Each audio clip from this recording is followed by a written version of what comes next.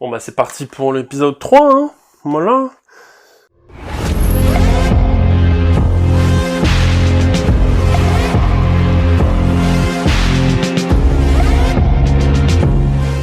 Yo tout le monde, c'est Mediavore, j'espère que vous allez bien, moi ça va super. On se retrouve aujourd'hui pour une nouvelle vidéo de ma médiathèque numéro 3, épisode 3. Et aujourd'hui, je vais vous parler de Blu-ray et de DVD parce que bah on avance progressivement sur la lecture et sur la présentation de pas mal de mes films. Franchement, je pense que je peux faire à peu près 30 épisodes avec tout ce que j'ai. Dites-moi dans les commentaires si c'est ce que vous voulez et on le fait direct. On va commencer tout de suite ce premier épisode avec un petit Blu-ray par Solo, A Star Wars Story. Solo Star Wars Story, donc c'est l'histoire de Han Solo dans sa jeunesse qui va découvrir et qui va tomber amoureux d'une fille, qui va tout faire pour la retrouver, mais qui va être séparé, qui va devenir entre-temps un chasseur de primes, un chasseur voilà, qui va essayer de dézinguer pas mal de choses et qui va surtout essayer de récupérer pas mal de matos de l'Empire. Ça se passe donc dans le passé entre l'épisode 3 et Rogue One.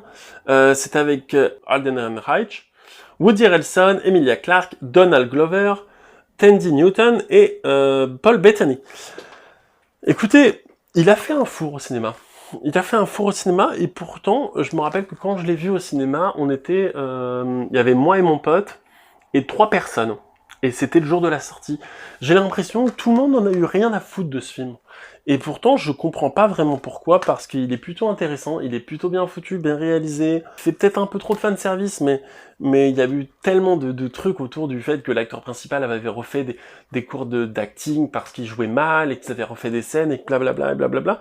Je trouve pas qu'il joue mal. Je trouve vraiment pas qu'il joue mal. Je trouve que le Chewbacca dedans est plutôt bon. Je trouve que Emilia Clarke dedans est plutôt bonne. Je trouve que Donald Glover, en Lando est vraiment très bon, et j'espère un retour de lui dans une suite, et j'espère surtout une suite à Solo, à Star Wars Story. Ce serait tellement dommage que le seul et unique, je pense qu'il voulait en faire une nouvelle trilogie, ou en tout cas une duologie peut-être. Il voulait faire une suite, c'est sûr, et ils ont lancé tellement d'idées, tellement de trucs, que ça peut pas s'arrêter comme ça en fait. Enfin, ça serait trop con. Ça serait franchement trop con. Donc Solo Star Wars Story, je vous le conseille, c'est plutôt sympathique, même s'il a fait un four au cinéma. Mad Max Fury Road avec Tom Hardy et Charlize Theron. Mad Max, si vous n'avez pas vu Mad Max, c'est l'une des franchises les plus connues de tous les temps. Ça se déroule dans un univers post-apocalyptique avec des grosses bagnoles. C'est un film qui est bourré de testostérone et c'est très sympathique. C'est bourré d'action, c'est bourré d'effets spéciaux, c'est bourré de moments de course-poursuite et tout. Et dans un univers post-apocalyptique, c'est un reboot, mais en même temps c'est un remake, et en même temps c'est une suite, et on regrette en même temps qu'il n'y ait pas Mel Gibson, parce que dans les originaux il y avait Mel Gibson, mais c'est très sympathique. Je l'ai vu il y a très récemment, parce que je l'avais pas vu depuis, je l'avais jamais vu en fait. Et je vous le conseille, parce que c'est un putain de bon film. Wonder Woman, avec Gal Gadot, qu'on avait vu aussi dans Batman vs Superman. Bah moi je fais partie de ces gens qui ont plutôt bien apprécié Wonder Woman, parce que beaucoup de gens ont crié en disant que c'était de la merde, qu'elle était complètement conne, qu'elle avait aucune intelligence, qu'elle savait rien du tout, qu'elle posait des questions stupides. Mais ce que vous avez pas compris les gars, c'est que si elle pose ces questions-là, c'est parce que la meuf, elle vient d'un endroit où il n'y a pas de mec, parce que sa vie elle est totalement différente, parce qu'elle connaît pas tous ces trucs-là, et donc forcément ça fait partie du personnage. Je trouve ça bien foutu, je trouve que les scènes d'action sont plutôt stylées, je regrette un petit peu le personnage de fin, le badass, le méchant final qui pour moi avec sa moustache fait trop Freddie Mercury. C'est comme si j'avais l'impression de voir Freddie Mercury en méchant, mais après ça reste très sympathique. J'espère qu'ils vont faire une suite à Wonder Woman, et d'ailleurs je crois que c'est dans les cartons. On passe maintenant à Transformer, hein. Transformer, putain. Il faut que je vous dise quelque chose sur Transformer.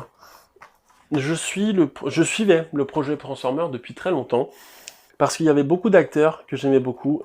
Déjà, j'aimais beaucoup Michael Bay à l'époque. J'aime toujours Michael Bay, mais j'aimais vraiment beaucoup Michael Bay parce qu'il avait fait des films comme Rock, des films comme Armageddon, des films qui avaient bercé mon enfance. Et Transformer, c'était avec Shia LaBeouf, avec Megan Fox, Josh Duhamel. Et j'aimais bien en fait le projet parce que c'était pour la plupart que des acteurs de série. Josh Duhamel, il sortait de Las Vegas. la série. Shia LaBeouf, on le connaissait de certains films comme Paranoïaque, mais surtout pour moi, bah, c'est Drôle de frère, c'est la famille Stevens, c'est un mec de Disney Channel. Megan Fox, elle était dans La Star de la famille. Le concept était stylé de voir des robots, et c'était produit par Steven Spielberg, et j'ai plutôt bien aimé, et je trouve que Transformers 1 est très bien, et les autres, c'est de la merde. Voilà, on passe à un autre film. Jurassic World. Comment être objectif, en fait? Je peux pas être objectif avec Jurassic Park. C'est, comme vous voyez, en fait, c'est clairement Je devrais mettre ça, en fait. Parce que je suis le mec le moins objectif du monde. Je devrais mettre un truc, Jurassic Park. Ça ne tient pas, on s'en fout, on le laisse comme ça.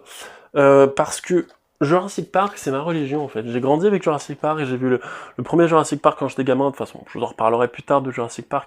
Je ferai un jour une vidéo sur Jurassic Park, c'est sûr. Et j'aime beaucoup Le Monde Perdu. Et même Jurassic Park 3, que je trouve est une merde sans nom, j'arrive quand même à le défendre parce que c'est une trilogie, parce que c'est Jurassic Park, et parce que bah, c'est Steven Spielberg quand même à la production.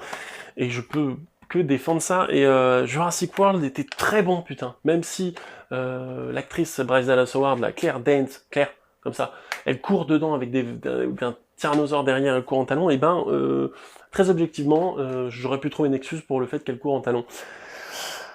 Jurassic World 2, j'ai franchement aimé quand je l'ai vu au cinéma. C'est réalisé par Juan Antonio Bayona. C'est l'histoire donc de... ils veulent sortir les dinosaures de l'île parce qu'il va y avoir un super volcan qui va détruire l'île.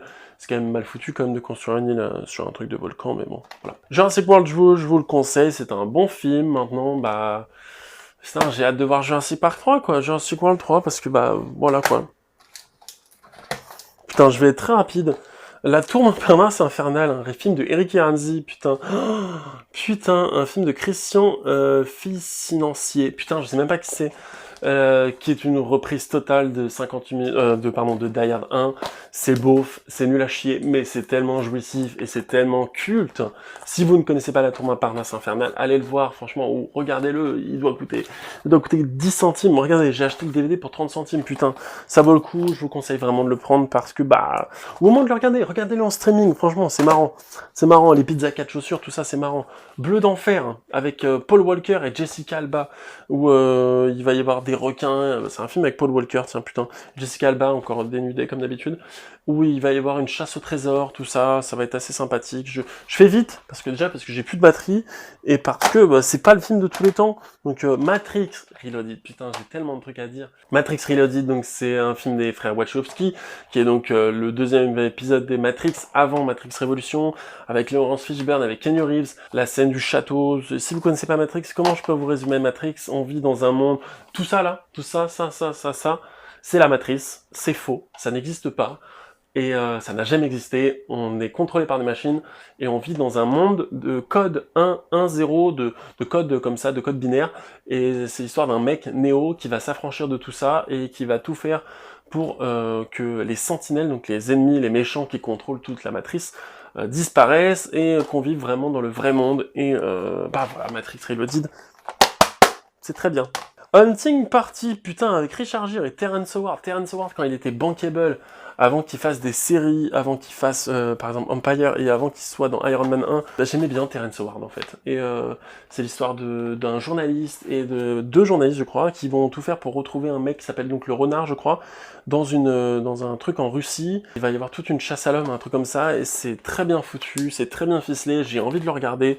Encore et encore et encore, ça fait très longtemps que je l'ai pas vu. Je vous conseille Hunting Party, un film à voir, un film à découvrir si vous ne l'avez pas vu. Et Hunting Party, pour moi, c'est un oui, c'est un clair oui. C'est tout pour cette vidéo. C'était assez court, un peu plus rapide, j'avais plus trop de batterie, donc j'étais un peu inquiet vu que c'est ma dernière batterie. Si vous avez apprécié le format, en fait, n'hésitez pas à partager la vidéo, n'hésitez pas à liker, n'hésitez pas à vous abonner en masse. C'était Mediavore, je vous dis à plus dans une prochaine vidéo. District 9, à voir. Bye bye.